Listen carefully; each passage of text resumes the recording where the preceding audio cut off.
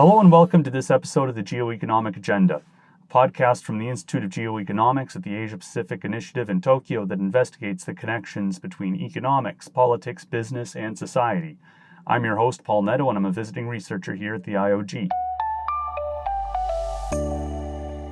Today I'm sitting down with Paul Blustein. He's the author of King Dollar, The Past and Future of the World's Dominant Currency. He's also a senior associate non-resident fellow at the Scholl Chair of International Business at CSIS, just like me, though I don't have that long of a title. I'm just a simply adjunct fellow, but be that as it may. Paul, good to talk to you again. Yeah, well, my pleasure. So, your book is about reserve currency. Can we just begin by explaining what a reserve currency is and why it's important? What role does this play in the global economy, global finance? Yeah, well, the term reserve currency is the one that you often see in the news media. We refer to the dollar because the dollar is held more than any other currency in the reserves of central banks around the world. About close to 60% of the foreign currencies held that they hold in their reserves are U.S. dollars. The euro is a fairly distant second. But that's really sort of just shorthand for the dollar's dominance in all sorts of other ways, in the way it's used in international commerce and finance all over the world, in the private sector, in trade and borrowing and lending and all sorts of ways in which the dollar is used by private actors. In some of those cases, it's a good bit higher than 60%. It's very odd for people I know to understand, why can't just all current, money is money, why can't, but no, the dollar is the currency that is used more than any other for all those purposes. So how did the dollar get to this point? Obviously, the United States is the world's largest economy. What role does the dollar and the fact that so many actors hold dollars, what role does that play in this whole business? Well, when you ask how it got there, as recently as, the early part of the 20th century, the dollar was nowhere. The British pound was even though the U.S. had long, for a couple of decades before that, passed the U.K. as the largest economy in GDP terms. But then after World War, there were a couple of world wars after that, which had a big impact. And so as the U.S. emerged as the undisputed hegemon, there was a big agreement, which I'm sure many of your listeners have heard too, the Bretton Woods Agreement in 1944, where by international, basically a treaty, there was an agreement that the dollar would be at the center of the whole international monetary system, at least in the free world. That fell apart in 1971 when Richard Nixon unilaterally decided that he would abrogate the U.S. obligations under that treaty. But that turned out to, and I say abrogate, that turned out to be not such a bad thing. But the dollar has remained since then as the dominant currency, as the reserves terms and all those other terms that I mentioned. What has that meant for the U.S.? Well, for some time during all that, particularly in the 20th century, it was quite helpful to the U.S. economically. The U.S. had what the French angrily called the privilege exorbitant, the exorbitant privilege, which meant because the U.S. Alone could issue the currency that everyone else had to hold, and they held, but they weren't holding big stacks of dollar bills. They were holding mostly U.S. Treasury obligations, Treasury bills, Treasury bonds, and so forth. So that meant that they were in effect giving the U.S. a loan, and so we could borrow at lower interest rates. There's a lot of dispute about how important that still is. I'm very much in the camp that I don't think that's that important, but it has meant a lot to the U.S. In the past 20 years or so, as the U.S. has built up the ability to use the dollar as a sanctions weapon, as a foreign policy tool for coercing other countries, because it's so widely used. And when the U.S. Treasury says, you bank X in country Y are not allowed to use the dollar and can't help your customers use the dollar, that's a very powerful weapon that the U.S. has at its command. So not to get too much into a normative argument here, but would you say it's good that the United States has the reserve currency, or would you throw any caveats or devil's advocate arguments into there? Well, there are a lot of arguments that it's not good. And one reason why I'm not in the camp that says it's economically beneficial that much anymore is that there are some negative economic implications because people have to hold dollars around the world. That means the dollar is stronger in terms of its foreign exchange rate than it would otherwise be. I don't think it's a huge impact, but there is some, and that means that American manufacturers are less competitive in world markets than they would otherwise be, and there's more competition from imports for them. So there are some downsides. I would say the downsides are they exist. They're not huge. I would say the upsides are there. They're not huge.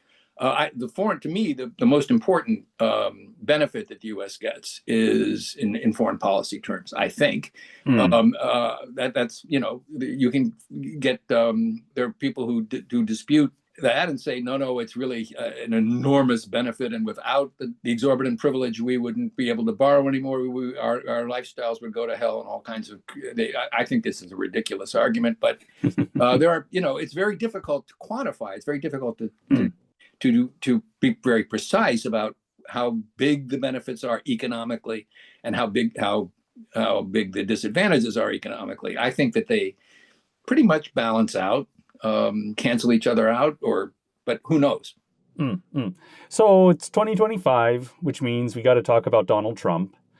So how does the dollar and its reserve currency status fit into tariffs and bringing back manufacturing? You touched on that a little bit about how U.S. manufacturing isn't as competitive as it could be.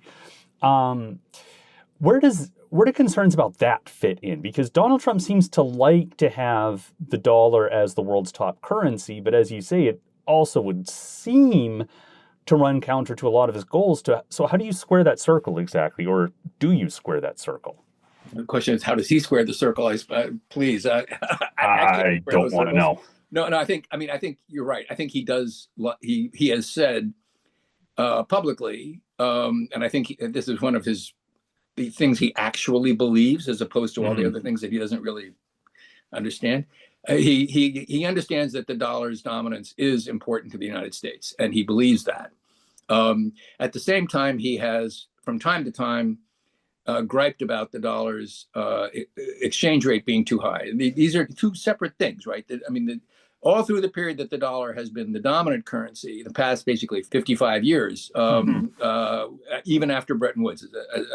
It was also, of course, dominant really since 1944, if you count that as well. But after currencies began fluctuating, which is 1970, the 70s, the dollar has been strong, the dollar has been weak. I'm talking about the exchange rate. And Vice President Vance have often complained about the exchange rate being too high, and Vance has even said, "I think that the dollar's dominance may be a terrible problem for the working people who I come from, or not who I feel that I represent, or whatever." But these are two separate issues, and they want to have their cake and eat it too. They want to have the dollar be the dominant currency, but they've also floated various ideas. Not Trump hasn't, and Vance hasn't, but people in the administration have, particularly Stephen Moran, the chairman of the Council of Economic Advisors, have floated these ideas that that the U.S. should take various sorts of actions that would cause to depress the exchange rate of the dollar, depreciate it, and some of those things I think are so drastic. They've talked about taxing the interest that foreigners earn on their treasury bonds as a way of driving down the dollar. That could have some very serious implications for whether the dollar remained dominant. But I would be very surprised if they go that far. I don't think. Look, with this administration, who the heck knows? But you'll never go wrong with raising that question. But I'm glad you mentioned Stephen Moran. Because he kind of touches on the broader question of central bank independence, of Federal Reserve Bank independence. And when something like this happens, the appointment of a very close economic advisor to Trump, becomes one of the governors of the Federal Reserve, people express concern that Trump himself may start exerting pressure, undue pressure, political pressure over the Federal Reserve Bank. So this is going to be a two-part question, but I'll break it up into two parts. So first part is this really a concern, and what are the potential costs, the potential risks of that kind of politicization of the Federal Reserve? Well, I think they're huge. I mean, he's breaking with all kinds of precedent and he did in his first term. He beat up on Chair Powell quite a bit in the first term, but I think he's making a lot of noise. Like he's going to go a lot further this time. He not only criticized Powell, he's tried to fire Governor Lisa Cook. That's still in the courts whether he can do that or not. And yes, and he's appointed. Is it Mirren? Okay, I've never. I don't know. Okay. Our listeners can always correct us if we're wrong. Stephen Mirren, if you're listening, I apologize if I got this wrong, but no offense intended. But yeah, I mean, the real thing there is he's not only appointing a close associate. He's that guy's keeping his job as he's dual-hatted, right? Yeah. While serving as the governor of the Fed. And he has written himself that the president ought to have the right to remove Fed officials at will. So yeah, there's big threats, and I in my book I go into some depth about how the Fed really established its independence in the big episode in 19. I mean, I'm old enough to have covered this. You may be old enough to have lived through it, but I doubt you were reading the financial pages. I kind of was the financial pages. I was covering the Fed for the Wall Street Journal at that time, and it was a very important episode where the Fed, basically squeezed the economy into its worst recession since the Great Depression, and brought inflation down, and did so really by kind of ignoring pressure first from Jimmy Carter, who was president when all that started. You're talking about the Volcker shock, right? I'm talking about Paul Volcker, when Paul Volcker was chairman, right? Yeah. This was that really crushed inflation for decades thereafter, and it established the independence of the central bank, which is a very important pillar of the dollar's, why the dollar has remained as the dominant currency. So I think it's terribly concerning that the Trump administration is doing this. Do I think that it means that the dollar will lose its status? No, I don't. You asked my second question for me, so yeah. No, does it mean that the dollar will lose its status? No, I don't. A lot of this. My book came out in I can remember the date very well, March 18th of this year. That was when it was published, and within 2 weeks, Trump had announced the infamous Liberation Day tariffs, and was going about attacking the Federal Reserve, and all kinds of things were happening. The people were saying, well, this means, that he claims to like the dollar being dominant, but look what he's doing. He's taking all these actions that are going to, undermine the dollar. And I was as shocked and appalled as anybody at these policies. I think they're terrible. I think they could very easily cause a big financial crisis. And they did for a few days there in early April, but the dollar has become so entrenched in the way it's used in all kinds of international trade and finance, and the other potential rivals, the euro and the Chinese renminbi, have so many more drawbacks. If there were a much more realistic rival, I would say, oh yeah, sure. Trump is going to what he's going to do is end the dollar's. Oh, look, he's shooting us in the foot. But he is shooting us in the foot in the sense of attacking Fed independence is putting price stability in the United States at risk. It's very, I think, quite likely if he keeps going in this direction, and the Fed is, basically is under pressure, pumps up the money supply and lets inflation rip. Well, that'll be really bad, and it'll be a lot worse than losing dollar dominance. Losing dollar dominance, I mean, that will mean that we don't have the ability to use sanctions quite so much anymore. But if we have, if we have the kind of inflation that we had back in the late 1970s, That's, you know, losing dollar dominance. All these scenarios that people, say, oh my gosh, this is going to be the end of the dollar dominance. Most of those things are much worse than losing dollar dominance. I've written a whole book about dollar dominance. I think it's an important thing for people to understand, but I think it's going to continue. I'm not terribly concerned, but Trump is doing a lot of things that I think could be even worse than losing dollar dominance. So that's a kind of maybe a long answer to your question, but it's I feel quite confident that I'm right about this. So why are people so attached to dollar dominance? I mean, you have been you've been promoting this book for a year now, give or take. You've had these conversations pretty regularly. You've had, some very serious people. Barry Eichengreen, I saw, wrote a review of your book, and he seemed to be a bit defensive of dollar dominance, or at least concerned that the United States might lose dollar dominance. Why are people so attached to this? If there are the trade-offs that you acknowledge. I think I'm fully aligned with Barry Eichengreen, who, by the way, I think I've learned more about the dollar than any economist alive. I mean, he's a giant in the field. But I'm fully aligned with him. So I want to make very clear, in case Barry Eichengreen is listening, I am not putting him down one little bit. I've learned a tremendous amount from him, but he did make that point, so I'm curious to know where this whole thing comes from, because it's also representative of, I think, a broader perspective that you encounter very often. It is, yes. When I say I'm aligned with him, I mean I'm horrified by a lot of the policies, and particularly I'd say the attacks on Fed independence are the attacks on rule of law. Rule of law is also an important pillar. And in some ways, losing rule of law, I mean, compare that to losing dollar dominance. I mean, that's much worse, right?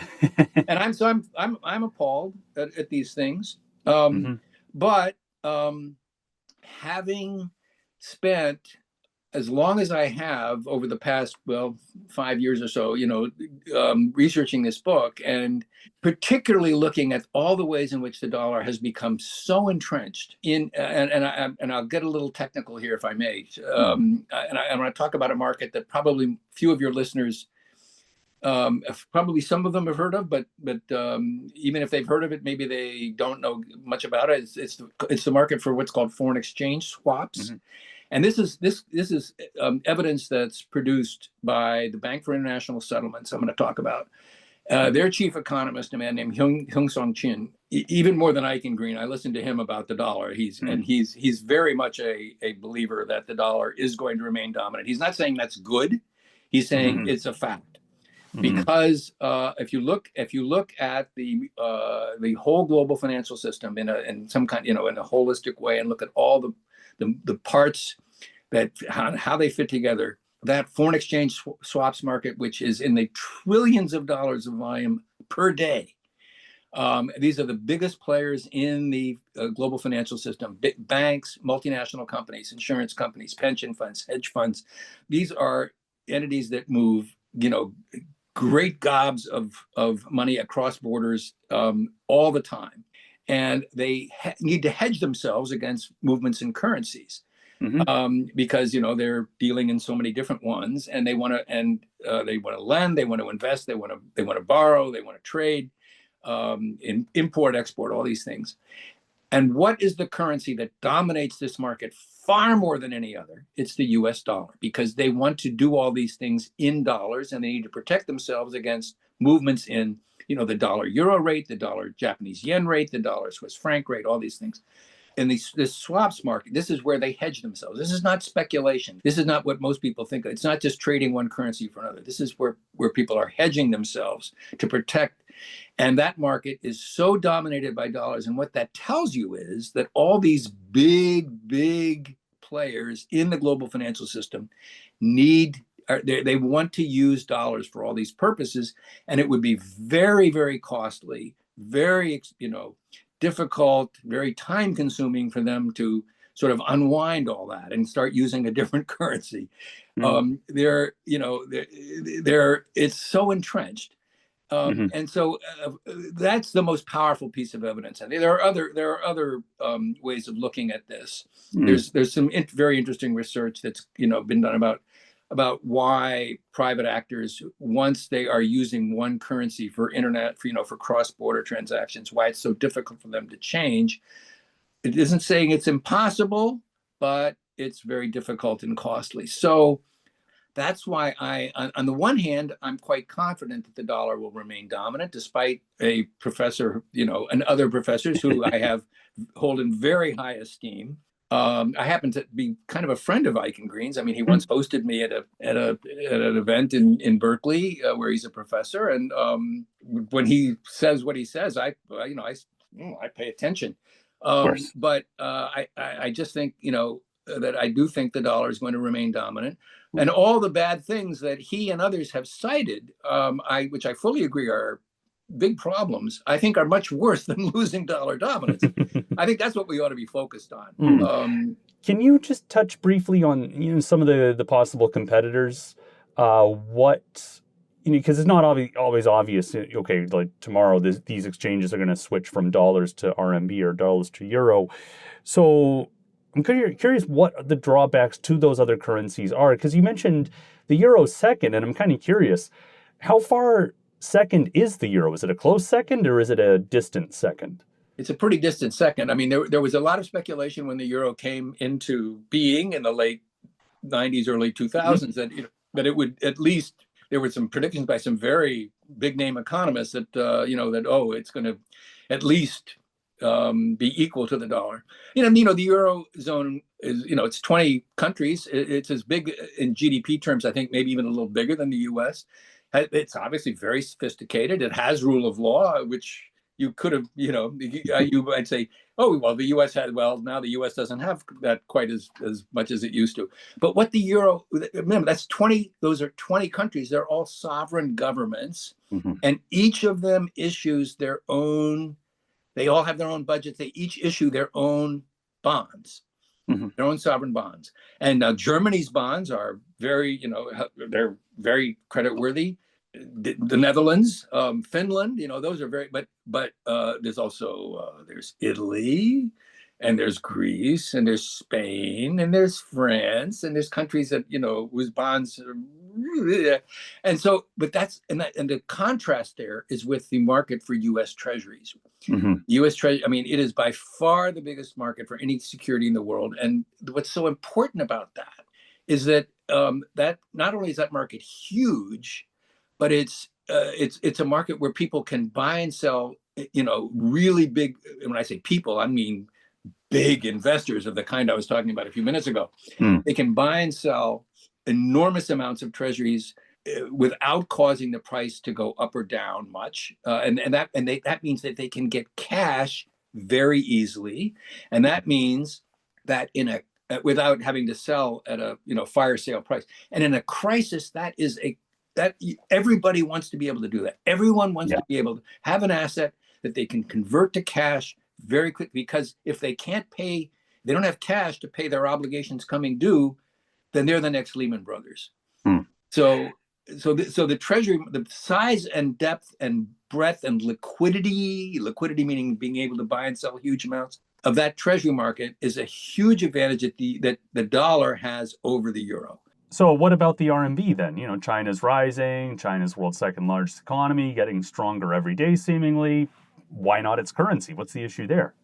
Well, two things. First, I mean, I'd say the most important is the concern that the government will impose capital controls and stop, and well, they have capital controls, but that in a crisis that they would slam the door and not let you take your money out.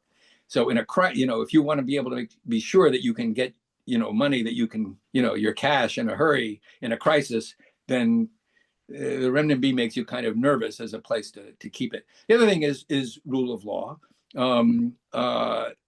Chinese courts are under the control of the Communist Party, and foreign investors want to know that they will get a fair shake in a court of law.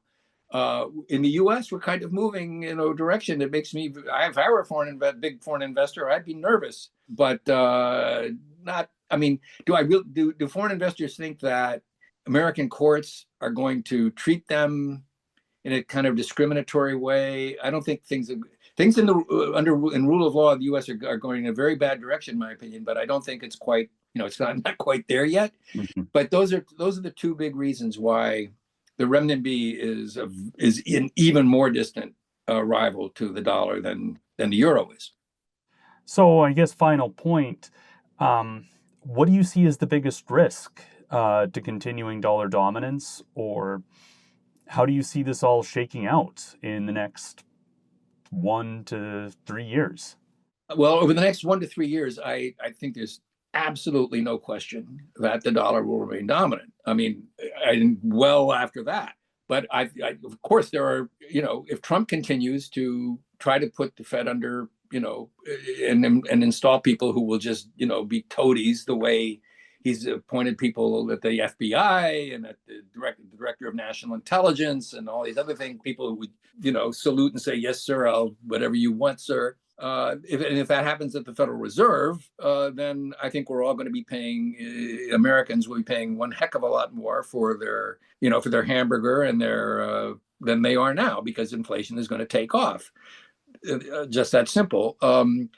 My guess is that if Trump sees that happening, he will try to do something to slam the brake. He'll tell the Fed, okay, course correction. Yeah. Yeah.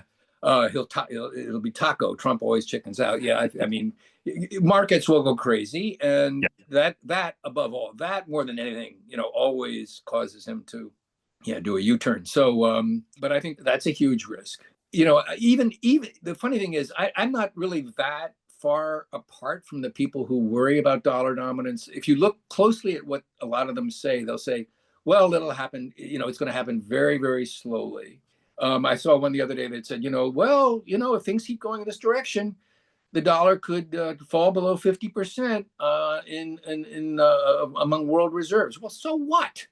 I mean, that's in over 10 years, by the way. This was the time frame. That could happen. Yes. But I mean, it's not a huge tragedy. Maybe our power to impose sanctions on other countries would erode.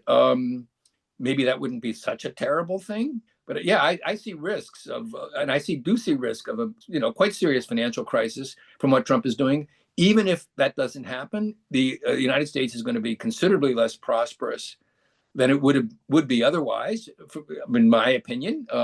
It's a matter of opinion, but I think I'd say the vast bulk of trained economists would agree with that. That's a big risk. That's really deplorable. But here we are. And dollar dominance, it'll be the least of our worries. Well, on that note, Paul Blustein, author of King Dollar, thanks so much for joining us. This is great. Thanks a lot. Good talking to you. Yeah, likewise. Okay, bye. All right, see ya. This is the Geoeconomics Agenda with Paul Nadeau. Finally, if we're invited somewhere, it's generally polite to bring something, whether that's beer for the football game, a dessert for the Thanksgiving dinner, or a small souvenir from a recent trip. It's polite, but it's also not new, as Petra Vaglova of the Australian National University describes in a recent article. She and her colleagues analyzed the remains of 11,000-year-old feasts in Iran's Zagros Mountains and found that some of the boars that were served at those feasts came from about 70 kilometers away. Getting them there would have been, say, difficult, requiring about 2 days' travel over rocky and mountainous terrain with only their own labor to carry the boars the entire distance. As Dr. Vaglova notes, transporting large gifts over distances wasn't that unusual. For example, researchers have found that boars were brought from all over Britain for some of the feasts at Stonehenge about 5,000 years ago. What makes the Zagros Mountains findings significant is that this behavior was practiced 6,000 years earlier than that, before even the agricultural revolution. Yet its bigger significance points to the fact that trade in goods wasn't only done for commercial purposes, but had a clear social role in building ties and bringing communities together. That's all for this episode, but stay tuned for more on the way. Until then, we want to talk about what you want to hear about, as well as take your questions for our show. So send us an email at geoeconomicagenda@ihj.global. Be sure to like, rate, and subscribe wherever you get your podcasts. Tell your friends, and most of all, keep listening. Thanks for joining us. Thanks to the team at API for making this happen, and we'll talk to you next time.